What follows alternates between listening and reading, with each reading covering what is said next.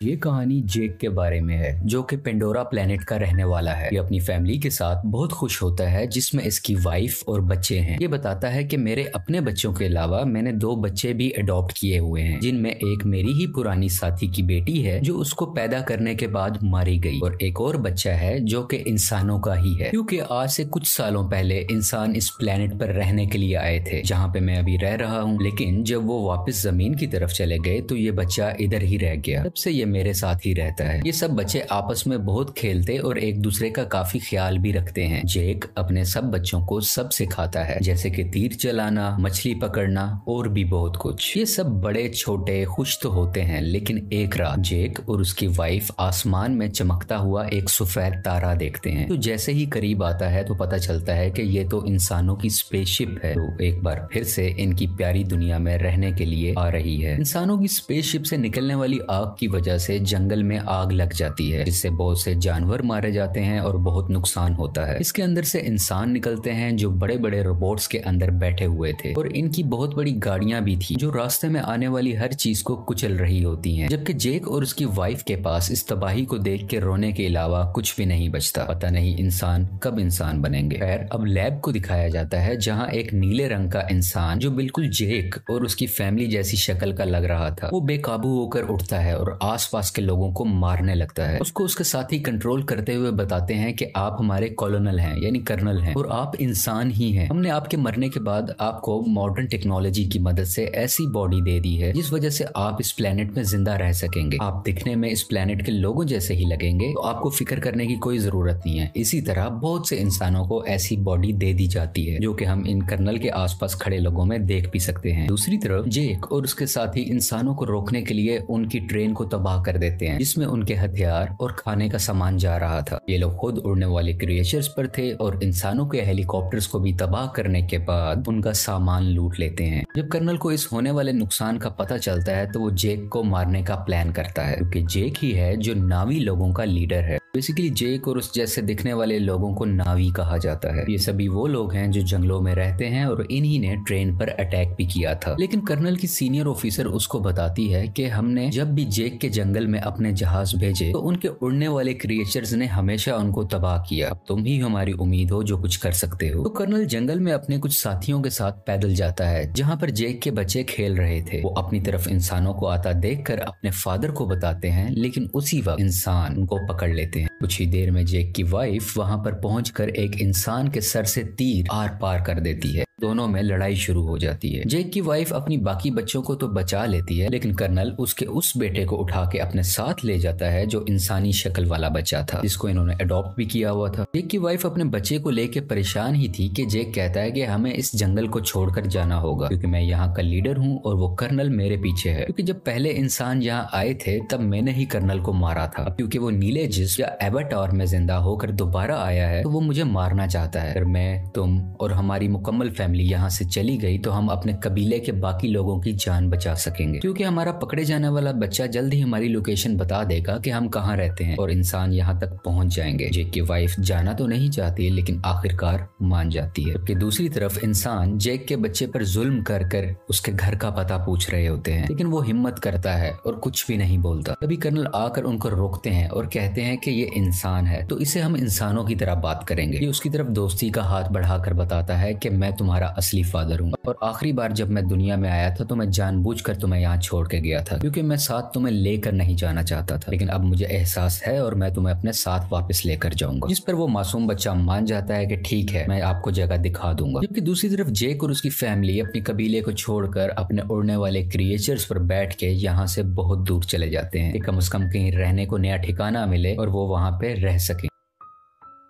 ये लोग पानी के पास रहने वाले नाविस के पास पहुंचते हैं। यहाँ पर रहने वाले लोग हैं तो इसी प्लेनेट के, लेकिन दिखने में सब्ज रंग के होते हैं। ये पानी वाले नावी शुरू में इनका मजाक बनाते हैं, जैसे कि वो कहते हैं कि इनकी दुम पतली है, इनके बाजू पतले हैं और भी बहुत कुछ। तभी पानी वाले लोगों का लीडर आता है और कहता है कि तुम जंगल के रहने वाले हो, तुम्हारी यहाँ पानी के पास कोई जरूरत नहीं है, तुम्हें कुछ नहीं आता कि पानी में कैसे सरवाइव करना है। लेकिन जेक जवाब में कहता है कि हम बहुत जल्द ही सब कुछ सीख जाएंगे और मेरी फैमिली के लिए मुझे आप लोगों की जरूरत है ताकि वो यहाँ पर सही सलामत जिंदा रह सके। ये देख के पानी का नावी लीडर मान जाता है और उनको रहने की इजाजत भी दे देता है। अगले दिन जेक के बच्चों को वहाँ के रहने वाले बच्चे घुमा रहे होते हैं, जबकि जेक का बेटा अपने बालों वाली चुटिया वहाँ के एक क्रिएचर से जोड़ता है तो वो बहुत तेजी से पानी के अंदर तैरता है, जिस वजह से गिर जाता है और वहाँ के सब लोग हंसने लगते हैं। अगले दिन वहाँ के कुछ बच्चे जेक की बेटी को पागल कह रहे होते हैं। इसके अलावा उससे बदतमीजी भी करते हैं, उसको काफी तंग कर रहे होते हैं। तभी वहाँ जेक के बाकी बच्चे भी आ जाते हैं और उस तंग करने वाले बच्चे को मारने लगते हैं। तुमने हमारी बहन को ऐसा क्यों कहा? जब जेक को ये सब पता चलता है तो वो अपने ही बेटे को डांटने लगता है कि तुमने उसे क्यों मारा, वो यहाँ के लीडर का बेटा है, जाओ तुम उससे माफी मांगो। वो जब जाकर माफी मांगता है तो लीडर का बेटा अभी भी गुस्से में था और वो उसको धोखा देना चाहता था, बदला लेना चाहता था। कहता है कि चलो तुम्हें एक अच्छी जगह पर लेके जाता हूँ। वो उसे गहरे पानी में ले जाता है जहाँ पर एक खतरनाक मॉन्स्टर रहता था। वो उसको वहाँ पर जाकर अकेला छोड़ देता है और खुद वहाँ से वापस आ जाता है। कुछ ही देर में पानी के अंदर से तेज मॉन्स्टर आकर उस पर अटैक कर देता है, जिस वजह से वो डूबने लगता है और लगातार मॉन्स्टर उस पर अटैक कर कर उसको खाने की कोशिश कर रहा होता है। दोनों आमने सामने होते हैं। तभी वहाँ सबसे बड़ा मॉन्स्टर आ जाता है जो छोटे मॉन्स्टर को अपने मुंह में डाल के पत्थर पर जोर का मारता है और उसको वहीं मार डालता है। इतनी ही देर में जेक का बेटा पानी में मजीद सांस नहीं ले पाता और डूब जाता है। जैसे ही उसकी आंख खुलती है तो वो देखता है कि सबसे बड़े पानी के मॉन्स्टर ने उसकी जान बचाई है और वो उसके ऊपर लेटा हुआ है। ये लड़का देखता है कि वो मॉन्स्टर बेचारा काफी जख्मी भी है, तो ये उसके जिस्म से कुछ लगे हुए हथियार निकाल कर उसको सुकून देता है, जिससे इन दोनों की दोस्ती हो जाती है और वो मॉन्स्टर इस लड़के को उसके घर वालों के पास छोड़ के आता है।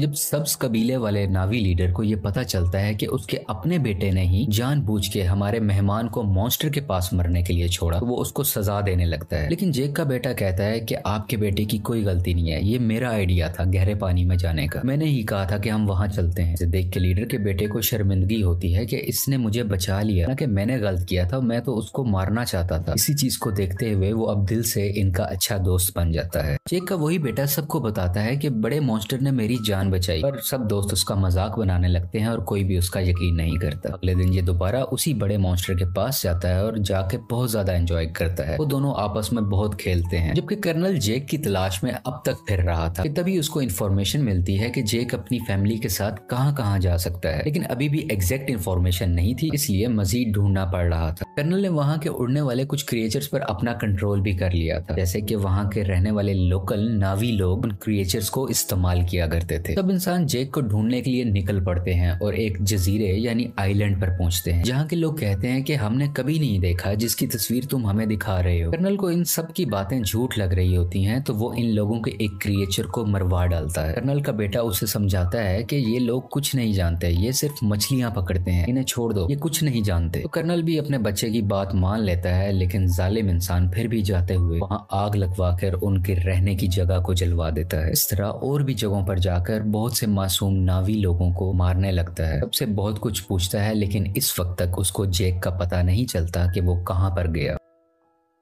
इसी तरह ये सब इंसान पानी वाले एक क्रिएचर को देखते हैं, उस पर भी लोहे की बनी हुई चेन और कुछ छोटे मिसाइल से अटैक करते हैं। इसके अलावा एक ऐसी अल्ट्रासोनिक गन से भी अटैक करते हैं जिससे वो मॉन्स्टर इंसानों पर हमला ही नहीं कर पाता, इंसान इसको बड़े आराम से पकड़ सके। वो बेचारा मॉन्स्टर अपने छोटे बच्चे के साथ तैर रहा होता है, जिसने इंसानों का कभी कुछ नहीं बिगाड़ा था, लेकिन वो दर्द से तड़प रहा था, चीख रहा था और आखिरकार वहीं पर मारा जाता है। उसका छोटा सा बच्चा इर्द गिर्द घूमकर उसको आवाजें दे रहा होता है और इंसान बहुत ही बेशर्मी के साथ खुशी में तालियां बजा रहे थे कि वो अपने मिशन में कामयाब हो गए। ये सब देखकर कर्नल का बेटा काफी तकलीफ में होता है, क्योंकि उसको इन सब जानवरों की फिक्र थी और वो इस होने वाले जुल्म को बिल्कुल बर्दाश्त नहीं कर रहा होता। इंसान उस क्रिएचर को पकड़कर अपने साथ ले जाते हैं, उसके मुंह के अंदर जाकर ड्रिल मशीन से उसके मुंह के ऊपर वाले हिस्से में सुराख करते हैं, जिसके अंदर से एक पीले रंग का लिक्विड निकलता है, जो कि एक ऐसा पानी है कि जो भी पिएगा उसकी उम्र बहुत कम स्पीड से बढ़ेगी, यानी उसको जिंदा रहने के लिए बहुत से साल मिल जाएंगे और वो जल्दी नहीं मरा करेगा। और इस लिक्विड की कीमत भी करोड़ों डॉलर्स में है, इसको ये मार्केट में बेच के बहुत पैसा कमाने वाले हैं। अगले दिन मरने वाले मॉन्स्टर क्रिएचर को सब्ज नावी लोग देख लेते हैं। इसके बाद जेक को बुरा भला कहने लगते हैं कि तुम्हारी वजह से इंसान इधर तक पहुंच गए और अब वो हमारे क्रिएचर्स को मार रहे हैं और बहुत जल्द हमें भी, इसलिए जो भी हुआ सो हुआ। ग्रीन नावी लीडर कहता है कि हम इंसानों से मुकाबला करेंगे, इसके कुछ देर बाद ही जेक का बेटा सबसे बड़े मॉन्स्टर से एक बार फिर मिलने जाता है और देखता है कि उसके ऊपर एक एंकर जैसी डिवाइस लगी हुई है, जिसकी वजह से उस मॉन्स्टर को उस डिवाइस ने वहीं रोका हुआ था और वो वहां से हिल ही नहीं पा रहा था, क्योंकि इंसान उस लिक्विड को हासिल करने के लिए और भी मॉन्स्टर्स को मारने का इरादा रखते हैं। और इस बार बारी है जेक के बेटे के बड़े मॉन्स्टर की, जो साइज में भी बहुत बड़ा है और उसमें से लिक्विड भी बहुत ज्यादा निकल सकता है। इसलिए इंसान अब इस मॉन्स्टर को मारना चाह रहे हैं। बेटा और बाकी भी उसके पास होते हैं, जबकि इंसान इस तरफ बढ़ रहे होते हैं। कर्नल भी इन बच्चों को वहां दूरबीन से देख लेता है। जेक और लीडर को पता चलता है कि उनके बच्चे खतरे में हैं और वो अपने हथियार उठाकर उन्हें बचाने के लिए निकल पड़ते हैं। बहुत मुश्किल से बच्चे बड़े मॉन्स्टर से वो डिवाइस निकाल देते हैं, जिस वजह से मॉन्स्टर वहां से आगे तैरकर निकल जाता है और बिल आखिर उसकी जान बच जाती है। लेकिन इंसान फायरिंग करते हुए अभी भी बच्चों का पीछा कर रहे होते हैं। यहाँ पे लीडर की बेटी मरने ही वाली होती है, तो जेक का बेटा उसका हाथ पकड़कर अपनी तरफ करके उसकी जान बचा लेता है। लेकिन थोड़ी ही देर में बच्चों को बड़ा सा जाल डालकर पकड़ लेते हैं और अपनी शिप पर ले आते हैं। कुछ देर तक बच्चों के पेरेंट्स भी यहाँ आ जाते हैं, यानी कि जैक वहीं रुककर देखता है कि उनके बच्चों को शिप के आगे कर्नल ने बांधा हुआ है। कर्नल कहता है कि अगर बच्चों की जान बचाना चाहते हो तो शिप पर तुम सिर्फ अकेले आओगे। तो जेक सबकी बेहतरी के लिए अकेले जाने का फैसला करता है। तभी जेक के बेटे का सबसे बड़ा क्रिएचर दोस्त पानी के नीचे से एकदम से ऊपर आकर इनकी शिप पर चढ़ जाता है और अपने हाथों और दुम से वहाँ खड़े इंसानों को मारने लगता है और हर चीज तबाह कर रहा होता है। ये देख के जेक और लीडर के लोगों को भी मौका मिल जाता है कि वो इंसानों पर हमला कर दें और वो सब लोग शिप की तरफ बढ़ने लगते हैं। इंसानों और इन सब नावी लोगों के दरमियान काफी लड़ाई हो रही होती है। बहुत से इंसान भी मारे जाते हैं और कुछ नावी लोग भी। और वो पानी वाला क्रिएचर इंसानों की एक छोटी शिप के ऊपर से छलांग लगाकर उसको लोहे की रस्सी से इनको दबाकर मार देता है। जेक भी इंसानों का मुकाबला करते हुए बच्चों के पास आके उनको वहां से छुड़वा लेता है। कुछ बच्चे अपने अडॉप्टेड इंसानी भाई को भी ढूंढ लेते हैं और वहां से भागकर अपनी जान बचाते हैं। लेकिन उसी दौरान जेक का एक बेटा मारा जाता है और उसकी माँ ये सब देखकर अपने दिल पर काबू नहीं रख पाती और चिल्ला चिल्ला कर रोने लगती है।